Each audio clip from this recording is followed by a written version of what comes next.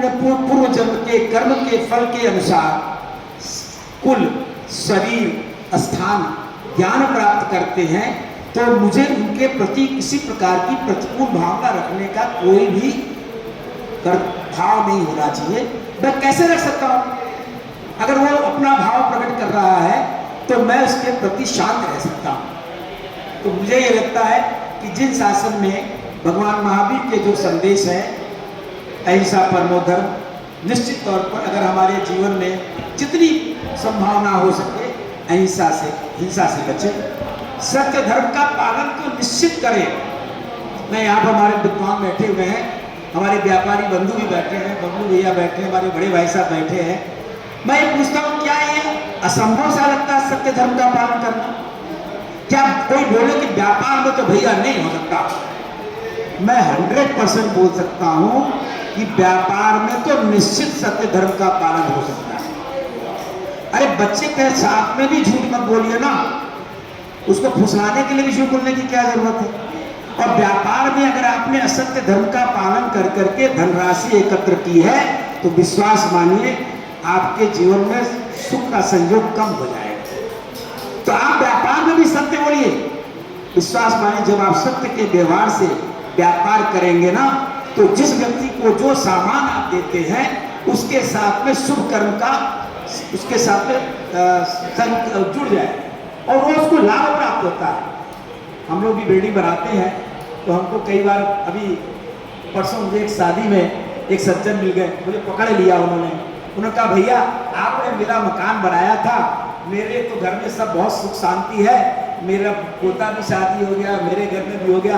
मैंने कहा चलो भैया बहुत बहुत धन्यवाद, क्या नहीं आपके हाथ का शुभ काम मिल गया। तो मैं जब भी विश्वास करता हूँ जो भी काम करे, व्यापार कर रहे हो, किसी से व्यवहार भी कर रहे हो, सत्य भाव के साथ में करना चाहिए, अपरिग्रही होना चाहिए। जीव और जीने दो की बात आ सकती है जीवन में।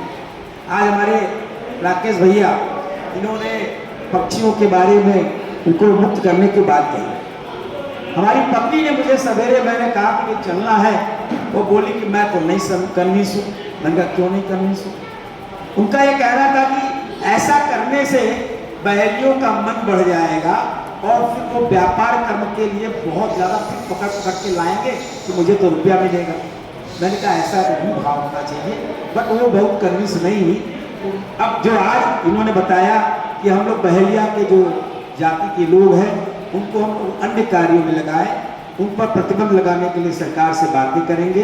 यह बहुत बड़ी पहल होगी और इस पहल में राकेश जी 100% हम लोग पूरी तरह से लग के काम करें, क्योंकि देखिए बात कर लेना एक बात है और मुंह से निकली हुई बात भगवान की वाणी होती है। हर व्यक्ति चाहे वो जो भी बात कहता है वो भगवान की वाणी मानो, तो उस बात को पूरा करने का प्रयास करना चाहिए। समय बहुत हो गया, हमारे मंत्री जी हम लोग के बीच में आए, उन्होंने भी शुभ संदेश दिया और हम सब लोग अब चूंकि इस प्रांगण में, विद्वान हमारे अशोक जी ने बताया, इस प्रांगण की रचना के लिए हमारे पूर्वजों ने जो भाव प्रकट किए थे वह भाव था कि यहाँ पर जैन धर्म के विद्यार्थी आए, पढ़ें, PHU में अध्ययन करेंगे और यहाँ पर छात्रावास में रहेंगे और कार्य करेंगे। मुझे लगता है बहुत पवित्र भाव से हमारे पूर्वजों ने बात की थी। अब मैं यही कह सकता हूँ कि मैं सभी विद्वानों का बहुत बहुत सम्मान करना चाहता हूँ और ये आपको आश्वस्त करना चाहता हूँ कि आप वर्ष पर्यंत के लिए कोई ऐसी योजनाएं बना लें जो राज्य स्तरीय हो या राष्ट्रीय स्तर की हो या अंतर्राष्ट्रीय स्तर की गोष्ठियों के लिए आयोजन करने का एक प्रोग्राम बना लें और उसके लिए हम लोग दिगंबर जैन समाज की तरफ से सदैव उसमें सहयोगी बने रहेंगे। यह बात मैं आपको निश्चित करता हूँ, क्योंकि देखिए हमारे प्रधानमंत्री मोदी जी हैं और योगी जी हैं, जैसा भी पता है अमित शाह जी हमारे जैनी हैं। हम अगर जैन धर्म का प्रचार प्रसार यहाँ से नहीं कर पाएंगे तो कहाँ से करेंगे? आध्यात्मिक राजधानी बनाने का सपना हमारे प्रधानमंत्री जी ने देख रखा है और हमारे 4 तीर्थंकरों की जन्मस्थली है, ये हम सभी का बहुत बड़ा सौभाग्य है। और लेकिन अब हमारे विद्वानों का भी जिम्मेदारी तो बढ़ गया कि अगर हमें राष्ट्रीय अंतर्राष्ट्रीय स्तर की गोष्ठियाँ करनी है तो आपको संसाधनों की आवश्यकता पड़ेगी, व्यवस्थाओं की आवश्यकता पड़ेगी।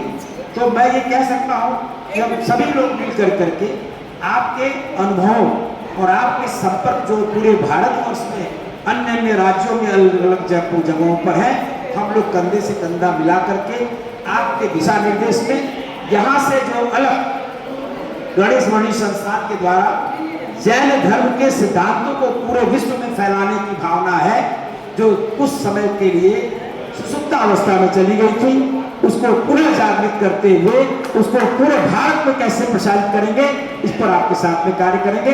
यही मेरा आपके साथ में संकल्प भी है, भाव प्रस्तुति भी। बहुत बहुत धन्यवाद।